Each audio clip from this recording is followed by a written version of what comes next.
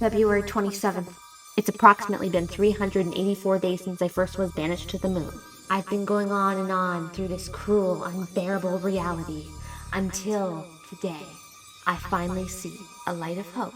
As a young filly, I studied an old teleportation spell that just might work. But there's a problem. Celestia cast a protection spell on the moon that disallows me from interacting with anything outside of the moon. I, though, found a loophole. I can probably overwrite the spell that kept me here, so I can get out of here. I just have to find the right words. Okay, I think that's it. Now how about that spell? What were the words from Melody? Two sisters aligned, like music in reverse. Rearrange the letters and destroy this curse?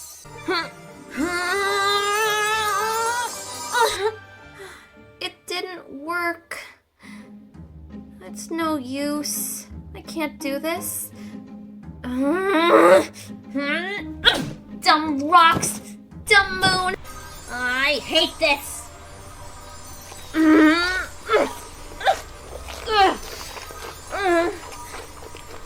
In a very old short, I explained how it was Celestia who released Nightmare Moon. Okay, but what if I was wrong? What if Celestia wasn't the one who released? Lauren Faust confirmed it in a tweet. So we don't have time to go over the full tweet, but I will say, I should probably not question the confirmed answer by the Fausticorn. But if I were to, which I'm not, who released Nightmare Moon? When Nightmare Moon was banished, not every last bit of her dark magic went with her. Granny used to say, when night falls on the castle, that magic takes the form of the Pony of Shadows! I love Applejack. Where was I? Oh, right. Why would I think the Pony of Shadows released Nightmare Moon? Well, I believe there is more than one Pony of Shadows. Cause if the Pony of Shadows was banished to Limbo, and as of the episode they're still in Limbo, which means they cannot interfere with the outside world, then who is this? To me, the Pony of Shadows appearing at the end of the episode Castlemania was like the writers saying, hey, you know that little thing we hinted at? Yeah, it's true.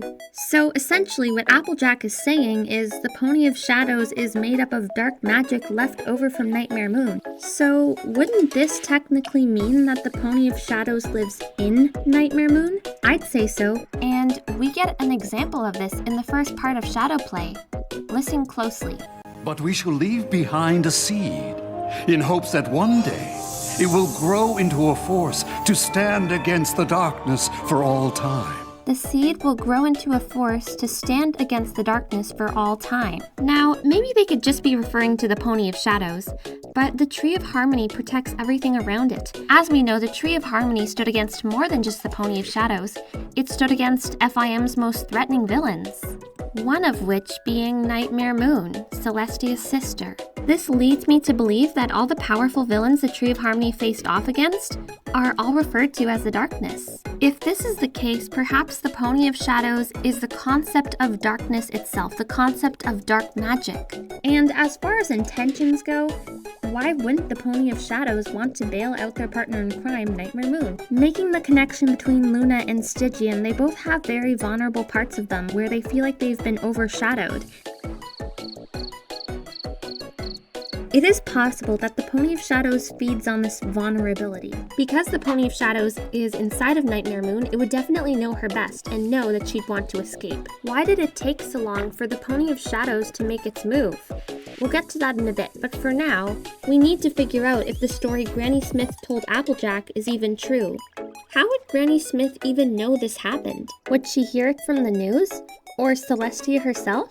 I'm not doubting her story here, as I'm sure Granny Smith's stories are mostly true because she has been around for a very long time, as we learned. During the fight with Celestia and Nightmare Moon, I assume most of the ponies around this area would be hiding or running away because they want to be safe. And though the castle of the two sisters is definitely a location that is far, far away from most of civilization, this is Celestia and Nightmare Moon that are fighting. And with all that action going on and how big the stakes are, I very much think that some pony would be there to witness this. Or some ponies. In the episode Testing 1, 2, 3, we got to witness a bit more pony history. We learned that out of a few Earth ponies, unicorns, and Pegasi, the EUP was formed to protect the princess. I think the EUP witnessed Celestia and Nightmare Moon's fight, and because of this they knew something had to be done. By the sound of the EUP, it doesn't seem like they'd play a major role in the fight itself, except to take notes and observe. The one thing that disproves that the EUP was there to witness Celestia and Nightmare Moon's fight is during the episode Princess Twilight Sparkle, where clearly no pony was there when Celestia got hurt. You could argue they were far back and hadn't reached the castle yet, but it just wouldn't make sense. It wouldn't have been Starswirl at this time who recorded the legend about the Pony of Shadows because he was long gone in limbo. But the protective pony platoon / EUP being there at the end of the fight to see Celestia banish her sister to the moon and record all this information down would kind of make sense, and that would make sense how all the information got out to the public. One of the ponies in the EUP could have seen that there was some sort of magic coming out of Nightmare Moon as she was being banished. This could have been the night that they formed the EUP to protect the princess because they saw the fight and they knew it had to be done. And later on they could have informed the princess about their findings. Princess Celestia, using the knowledge she's gained from Starswirl, put 2 and 2 together and discovered that the Pony of Shadows was created by the banishment of Nightmare Moon. She set out a warning to the public, and that's how Granny Smith knew. Now, after the banishment of her sister, I assume she grew more colder and distant towards her subjects, perhaps making less public appearances. Eventually, as time goes on, information that's given out to the public, if it's not reconfirmed, can get quite distorted, and eventually have people questioning if it's even true. Think of the game Telephone, for example. Eventually, the legend of the Shadow Pony was forgotten. It became just an old mare's tale, just like the mare in the moon. But we still only have one confirmation that says the story Granny Smith told is true, specifically the Pony of Shadows from Castlemania, and that's this. This is the only confirmation. Again, this is just the show I'm talking about. I'm not talking about the comics because I have not really read a lot of the comics, so. Now it is time to address the elephant in the room. No, the other elephant. If this is indeed the Pony of Shadows, then why doesn't it look like the Pony of Shadows? Furthermore, in Castlemania, it was never outright said that this was the Pony of Shadows. It was just implied, so I'm going off of that. Now, all of this could easily just be writing inconsistencies, but I don't want to stop at that. I think there is something much bigger going on here. If the Pony of Shadows is a species and there's more than one, then it's very likely that the Pony of Shadows is able to take on many different forms. As I mentioned before, there's a lot of similarity between Luna and Stygian. The Pony of Shadows doesn't really have a lot of lore in the show. From Shadowplay, Stygian describes his encounter with the Pony of Shadows as, "The darkness welcomed me when no pony would." Sound familiar? This is pretty much what happened to Luna. And to be honest, with these ponies, it kind of makes sense for them. I mean, in Spanish and Italian, La Luna means moon. And in English, the literary term for Stygian means very dark. There's some real tough implications here if you consider cutie marks and names to line up with destinies. But that's getting way into the speculation side of things. What this does help us understand, though, is that the Pony of Shadows takes over when a character is feeling weak or betrayed. And in fact, that the Pony of Shadows might have played a role in not only transforming Stygian, but transforming Nightmare Moon as she is. Now, I have a theory that the Pony of Shadows could have entered Nightmare Moon when her eyes were glowing white. The reason I bring this up as well because when Nightmare Moon transformed, a strange shadow cast on the wall after her eyes glowed white. Now, this could either mean nothing or mean that the Pony of Shadows had entered her magic in that moment. The Pony of Shadows' eyes glowed white too, excluding the time when Stygian's eyes went black. At first I thought that whether the eyes glow dark or light, it is a sign that the magic, or the Pony of Shadows, is either inside of the pony or outside the pony.